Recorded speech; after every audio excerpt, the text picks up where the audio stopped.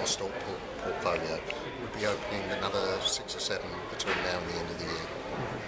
Okay, and can you tell us how much investment you're going to put on those new Overall, we're investing in the store opening program about 2 billion dirhams. terminals? Yeah. That's for this year. Yes. Okay, and in terms of staff needed, how much staff do you think you will be needing for this? We're recruiting on average. We have about 60 to 70 people per store that we recruit for the store. So we're constantly recruiting for people as we open more stores. Okay, and So we're hiring. yeah, exactly. Okay. And how many people are hired for this store? For this store, I think we have 65 people in the store. 65 people. Yeah. So all those new facilities will be independent, or they'll be in the malls, or how it will be? About 50% of our stores are like Ajman Corniche, which is a standalone store, i.e. not in a mall, and the other 50% are where we located in shopping malls. So it's about a 50-50. So this is a standalone store. So we don't necessarily wait for a shopping mall to be built.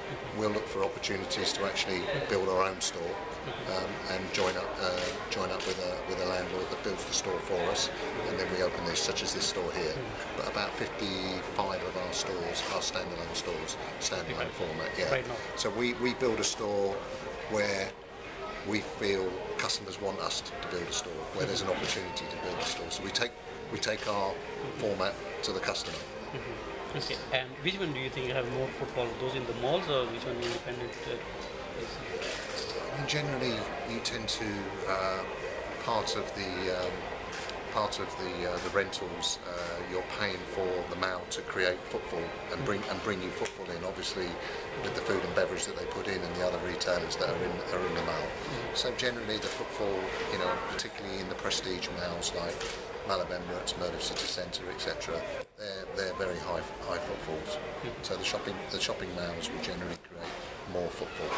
Okay, I've spoken to a couple of other retail majors. They say that now there is slight dip in the market. So is Landmark also, Centrepoint also doing the same thing? I think it varies across the. Things are static. It varies across the GCC. I think. In the UAE. Oh, in the UAE, I think business is, I would say, steady. It's steady. Steady, yeah. Not steady. Steady. It is steady. Steady. Yeah. What about the rest? KSA and GSA? KSA is.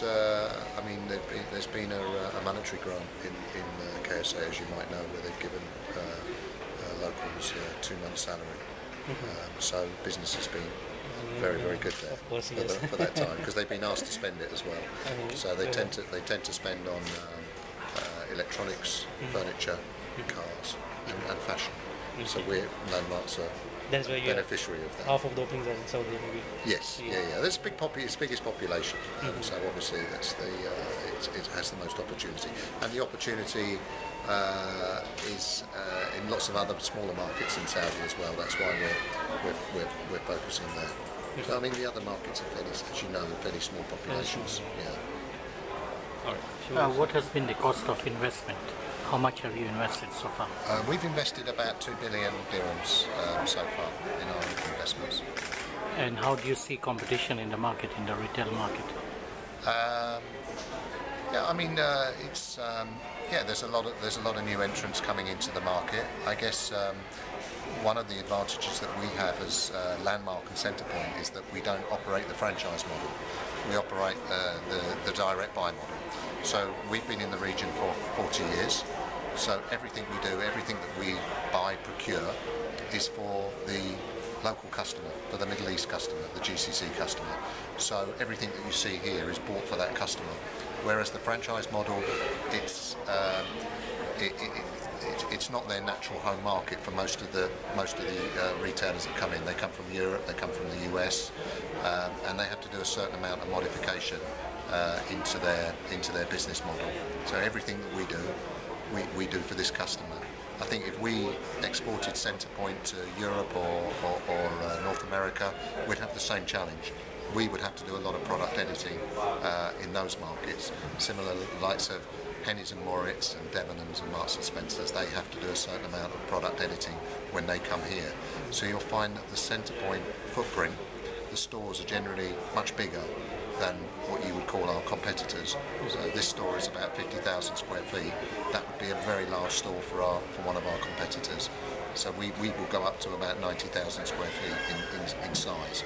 So everything that we do probably has the biggest choice. If you take our kids offer, it's probably the biggest. It is the biggest choice that you can get in the market. A fashion offer again is the biggest, and our shoe business is the biggest shoe offer that you can find.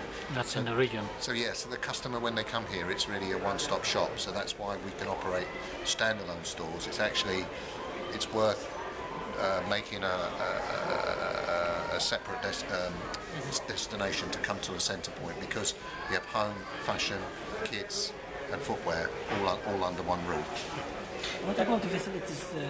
Ajman, the government give you the Centrepoints?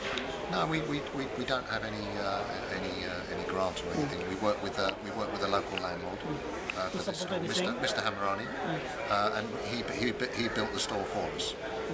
And we work with him obviously on the financial terms of that, and